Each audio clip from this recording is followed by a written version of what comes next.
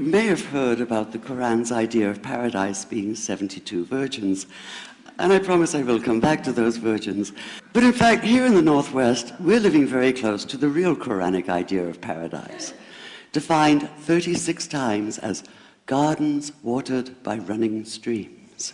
Since I live in a houseboat on the running stream of Lake Union, this makes perfect sense to me. But the thing is, how come it's news to most people? I know many well-intentioned non-Muslims who've begun reading the Quran but given up, disconcerted by its otherness. The historian Thomas Carlyle considered Muhammad one of the world's greatest heroes, yet even he called the Quran as toilsome reading as I ever undertook, a wearisome, confused jumble. Part of the problem, I think, is that we imagine that the Quran can be read as we usually read a book, as though we can curl up with it on a rainy afternoon with a bowl of popcorn within reach, as though God, and the Quran is entirely in the voice of God speaking to Muhammad, were just another author on the bestseller list. Yet the fact that so few people do actually read the Quran is precisely why it's so easy to quote, that is, to misquote. Phrases and snippets taken out of context in what I call the highlighter version, which is the one favored by both Muslim fundamentalists and anti-Muslim Islamophobes. So this past spring, as I was gearing up to begin writing a biography of Muhammad, I realized I needed to read the Quran properly as I could, that is. My Arabic's reduced by now to wielding a dictionary, so I took 4 well-known translations and decided to read them side by side, verse by verse, along with a transliteration and the original 7th century Arabic. Now, I did have an advantage. My last book was about the story behind the Shia-Sunni split, and for that I'd worked closely with the earliest Islamic histories, so I knew the events to which the Quran constantly refers, its frame of reference. I knew enough, that is, to know that I'd be a tourist in the Quran, an informed one, an experienced one even, but still an outsider, an agnostic Jew reading someone else's holy book. So I read slowly. I'd set aside 3 weeks for this project, and that, I think, is what is meant by hubris, because it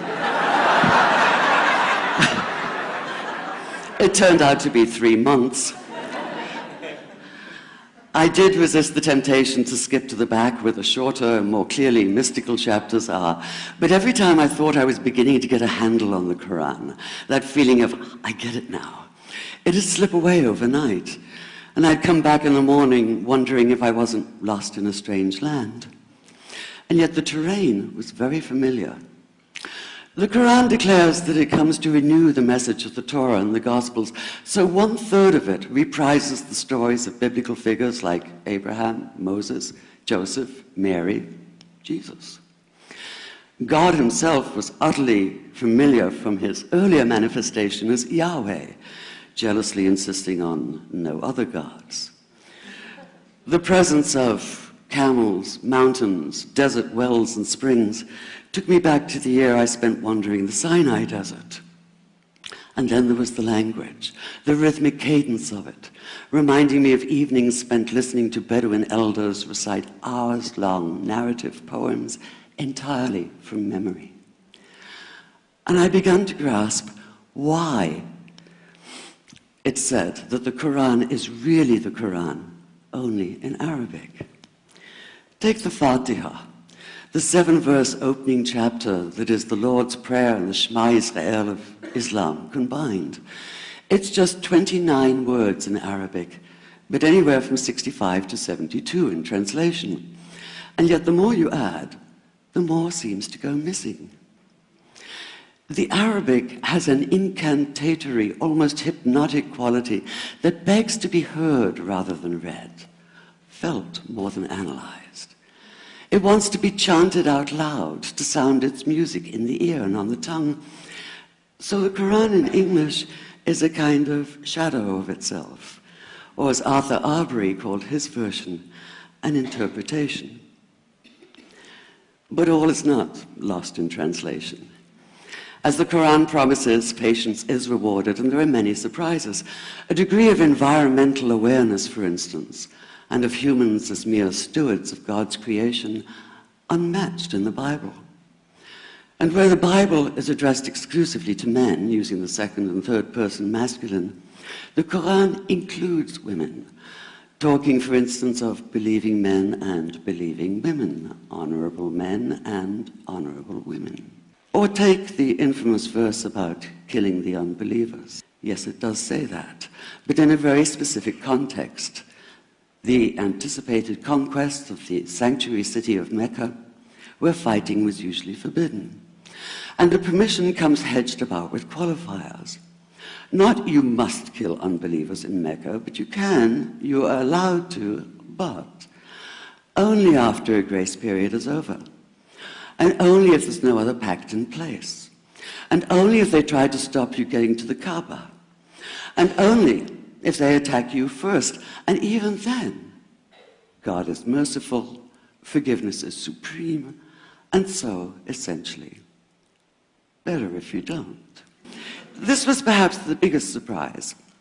How flexible the Quran is, at least in minds that are not fundamentally inflexible. Some of these verses are definite in meaning, it says, and others are ambiguous. The perverse at heart will seek out the ambiguities, trying to create discord by pinning down meanings of their own. Only God knows the true meaning. The phrase, God is subtle, appears again and again. And indeed, the whole of the Quran is far more subtle than most of us have been led to believe, as in, for instance, that little matter of virgins and paradise. Old-fashioned Orientalism comes into play here. The word used 4 times is huris, rendered as dark-eyed maidens with swelling breasts, or as fair, high-bosomed virgins. Yet all there is in the original Arabic is that one word, huris. Not a swelling breast or high bosom in sight.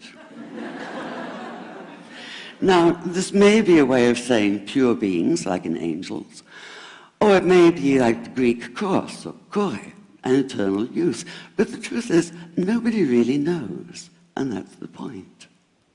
Because the Quran is quite clear when it says that you will be a new creation in paradise, and that you will be recreated in a form unknown to you. And that number 72 never appears.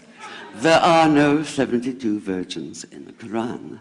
That idea only came into being 300 years later, and most Islamic scholars see it as the equivalent of people with wings sitting on clouds and strumming harps. Paradise is quite the opposite. It's not virginity, it's fecundity, it's plenty. It's gardens watered by running streams.